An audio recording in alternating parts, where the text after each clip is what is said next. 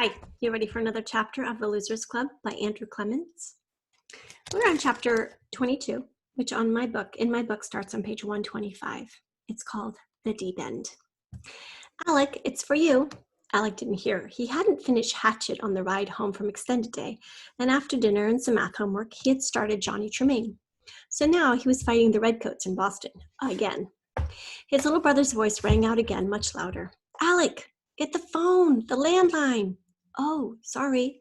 Alec scrambled out into the hall, grabbed the phone from the table by the top of the stairs, and took it back into his room. Hello? So are you proud of yourself? It was Nina, and she was on the attack, her voice harsh and flat. Proud? What do you... She didn't let him finish. Today, at the club table, she said, biting off each syllable, you made that kid feel rotten. Why would you do that? Nina cut him off again. I talked to him, after you left for home, and he's nice, which you would have figured out if you hadn't been such a jerk. But no, this is my table, and everybody has to be all quiet and serious, and you're just some dumb little fourth grader, so shut up and leave me alone.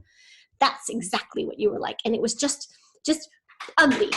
She was quiet a second, and Alec said, well, what? She snapped. Is this where you start making all kinds of excuses? Is this where you go, boo-hoo, and whine about what a bad day you were having?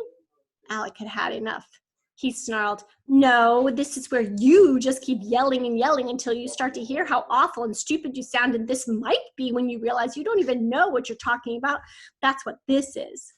Nina pushed her right back. And that mean wisecrack you made about how Kent sent Jason over to keep you company? What was that? Another big boo-hoo? Is that what that was? Alec's hands weren't clammy, and he didn't feel shy. It didn't seem like he was even talking to a girl right then. Just this angry noise blasting out of the phone. So he said, if you could maybe shut up for half a second, I could tell you. Well, I wish you would. Then she added sarcastically, please. Alec said, Kent dumped Jason from his kickball team because he played lousy on Friday, and then he made Jason come and join the Losers Club for 2 weeks as a punishment. And Kent told Jason that he wanted him in the Losers Club so that he could keep an eye on his girlfriend for him. Alec gulped and kept going. Plus, last week when Kent said you were like a warrior princess, Wednesday morning, I told him that's what you were like. And then on Wednesday afternoon, he said it to you like he was the one who thought it up. It was quiet, just the hum of the phone line between them. Calmer, Alec said, so yeah, I was having a bad day, but you're still right. I shouldn't have been mean to Jason. And I'll apologize to him. Nina said, I already did. I apologized for you. I told him how you're actually nice and you're smart and funny, and that there must have been some reason for the way you were acting. And there was a reason. She paused for a long beat, then said, sorry I yelled at you. Alec's hands were sweaty now. It's okay. After a moment, Nina said, you know another thing Jason told me? What? He said that even if Kent begged him to come back and play on his team now, he wouldn't. He says he likes to read more than just about anything, even with a grump head yelling at him. They both laughed a little, and Nina said, but I'm not kidding. Jason's staying, and he'll see how hanging out with you is lots better than getting bossed around all the time by Kent. Anybody could figure that out, even me. Alec gulped. Wait, what? Now there was a smile in Nina's voice. You heard me, she said. I'm not stupid, I can see what's going on. You can? Alec said. Of course I can. Alec made a face, and he was glad Nina couldn't see it. Wait, he said again. What are we talking about here? Simple, Nina said.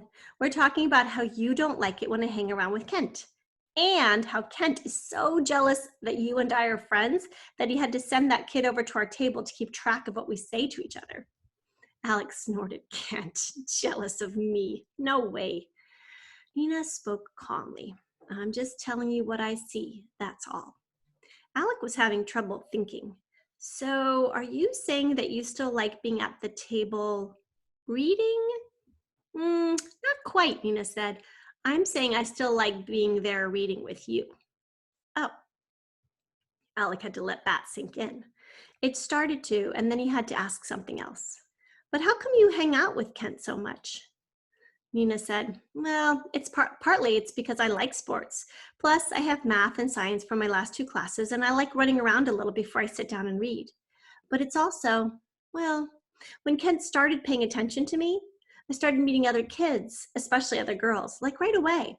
And I liked that. But all the girls, they've got Kent totally figured out, you know.